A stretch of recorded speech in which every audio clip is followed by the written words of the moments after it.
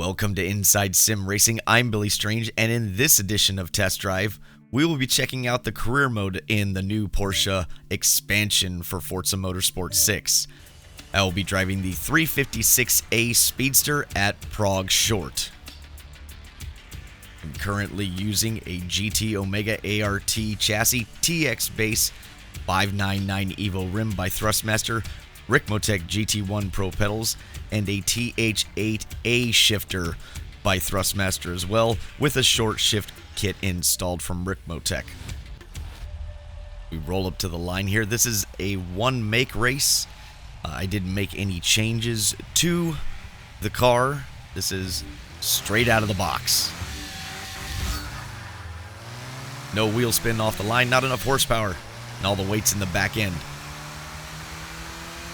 Forza Motorsport, one of the nicest looking games out on the market. Whether it's realistic or not, that's up to personal opinion, but I always find the game is very, very nice looking. A little contact on the inside there, and some more contact somewhere, and there's some more. Yeah, that's, I'm pretty sure Porsche owners, if there's any watching or screaming at whatever device they're watching on, and possibly crying in their Cheerios. As I said, this car is low on horsepower, but it is a good amount of fun to drive. Force feedback is communicated effectively, although I've never driven a 356. I imagine this is kind of what it would feel like. A little floaty, lots of body roll. The only thing that this car does that's similar to every other car in Forza is once you get to the end of the traction while you're steering, so in other words, when you get that wheel to turn and you're on the verge of steering too far and losing traction in the front end, which would make the car push, it's very abrupt, although you can feel the edge. If you need to steer any further, it tends to be a very abrupt change to where you end up getting a push to snap over steer. So being very careful with the steering is a must when you play Forza Motorsport 6. And, well, it translates that in the wheel. So whether that's a good or bad thing, I don't really care for it, but other people may think that is realistic. I would suggest otherwise, but that's a whole nother topic. Making our second of 3 laps. Keep it real low so not to hit the blue car. Almost looked like that guy was waving. And if you can see there's a visual lag between my wheel down in the lower left and the on-screen wheel. That is because the game does not... Let's see. The wheel only rotates 180 degrees instead of the full degree rotation. Like I've got 900 degrees in my steering wheel. So it's trying to figure out where the wheel needs to be in a position, and then finally when you get so far, it just locks itself one way, even though you steer further.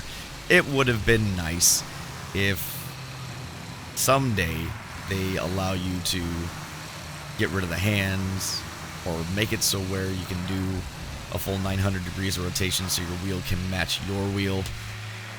I try to leave the wheel in the sims or games that I play for you guys. It just kind of communicates a little better. This one I would have actually turned it off, but it doesn't let you do that. Again, I think these lower horsepower cars would be great for multiplayer races.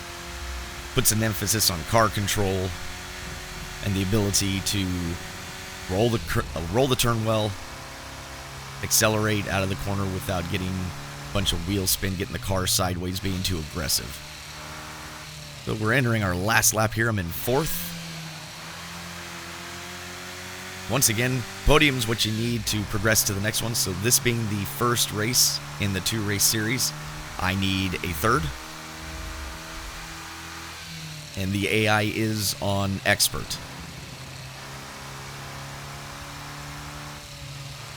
As the throttle, whoop.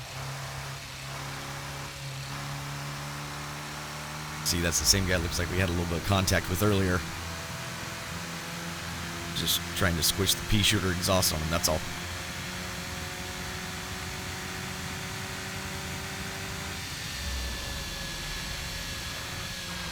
Take a right, look into the right, look to the left.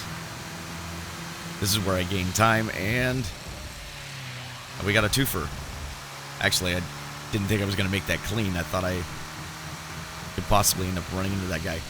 And we're going to make our final set of corners here. And probably didn't need to downshift since I was carrying enough momentum. Left it in third. Probably would have been a better option. Kept my rolling momentum up and passed him at the line. But again, this 356 was a great car to drive in Forza Motorsport 6 for the Xbox One in the Porsche expansion. This does not come in the standard game. This is part of the expansion pack.